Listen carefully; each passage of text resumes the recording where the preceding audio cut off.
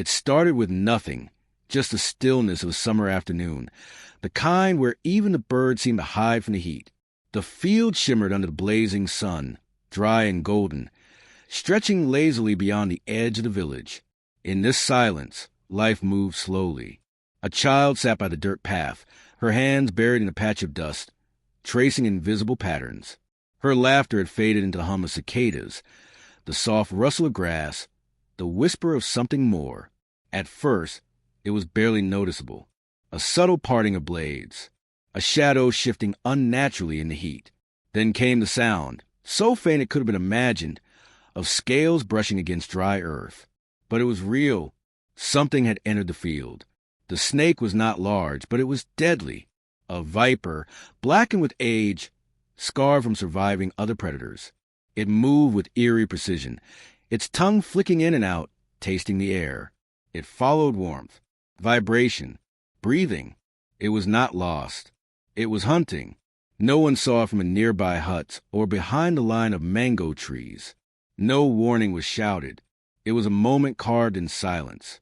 The snake moved like a shadow with intention, closing in, foot by foot, its body almost invisible among the stalks and stems. Except the one. The dog had been lying under the shade of a crumbling stone wall, dusty, quiet, blending into the background like a forgotten object. But he wasn't asleep. His ears twitched before anything was visible. His head rose slowly, eyes narrowing. He sniffed once, sharp, short, alert. The villagers called him Bora. No collar, no owner, just a dog who had wandered into their lives one monsoon season and never left.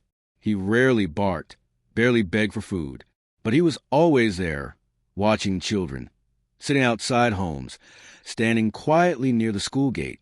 Some joked he was part spirit. Others said he'd lived 3 lifetimes already. But no one doubted this. Bora noticed things before anyone else. And right now he noticed the snake, his gaze locked onto the movement. He didn't growl. He didn't bark. He simply stood, slow and stiff, as though time had thickened around him. The child, still playing, was inches from danger. Bora took a single step forward, muscles tight, nose low. His eyes followed the snake's rhythm. This was no ordinary animal encounter. It was a silent standoff between instinct and venom, between an unseen hunter and an unspoken guardian. The grass trembled. The child shifted. The snake inched closer. But Bora didn't blink. Bora stood still, his shadow long and sharp under the burning sun. He was positioned between the snake and the child now, though the child remained unaware, still played with a few twigs and rocks, humming softly to herself. Bora's eyes, however, were fixed on the danger. The snake had stopped. Its head was slightly lifted, swaying left and right as it read the vibrations in the ground. It had sensed the dog, a potential threat, but also an obstacle. There was no fear in its cold gaze, only calculation. It was coiled in an S-shaped arc, the kind that meant it could strike without warning. It had already made its decision, but Bora hadn't. Not yet. He knew what a wrong move could mean. This wasn't his first encounter with snakes. A scar on his hind leg still bore the memory of a bite he barely survived seasons ago. He knew their speed, their ruthlessness. He knew they didn't bluff. One sudden bark could send it retreating, or provoke it to strike faster than even Bora could react. The child was only steps away. If he misjudged the timing, even by a second, she could pay the price. And so he stood, frozen in a moment, locked in a battle of patience. His ears were pinned back, his tail straight like a line of tension drawn tight. Every breath he took was shallow and controlled. Around him, the world seemed untouched. Birds chirped, wind whispered to the leaves. Somewhere a mother called for lunch. But inside this circle of confrontation, time had stretched thin. Then the child moved. She turned slightly, shifting her weight, lifting her hand to swat away a fly. That was enough. The snake tensed.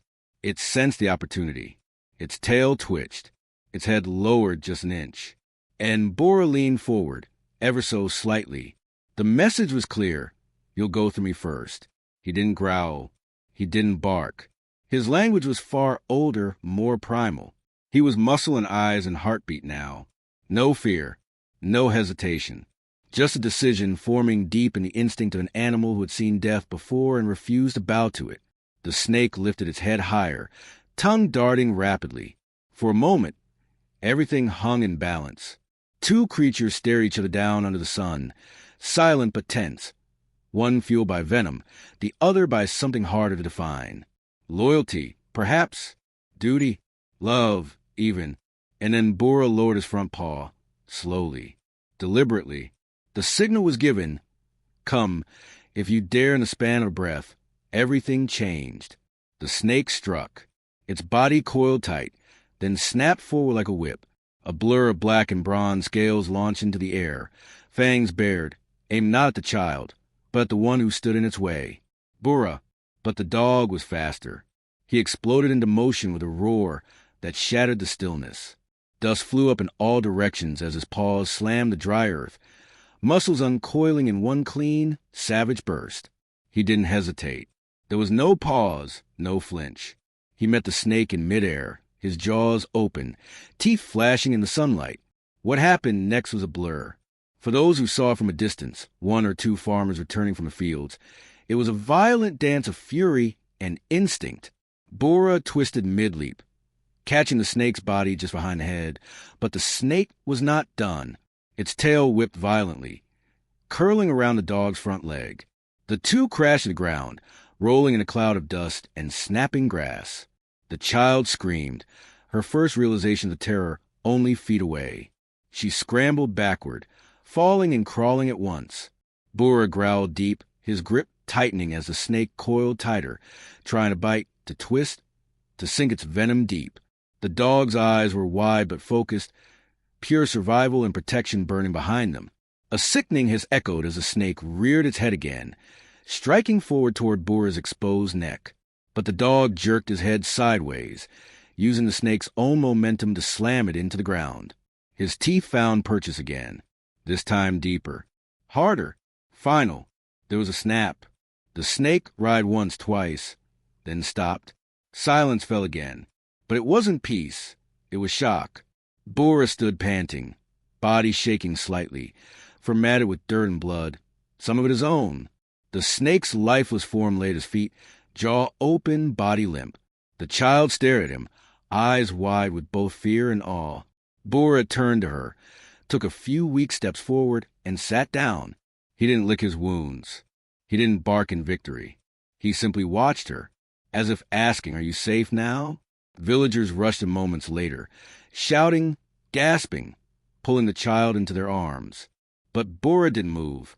He was still watching, still guarding, even as his leg trembled and a thin line of blood trickled from his shoulder. The villagers called it a miracle. Some called it bravery. But others, the ones who saw his eyes in that final moment, called it something else, a promise fulfilled. Because Bora didn't run. He never had. True courage doesn't roar. It stands quietly between danger and the innocent. Sometimes the bravest hearts beat in those who cannot speak, but act when it matters most. Loyalty, instinct, and love can defy even death.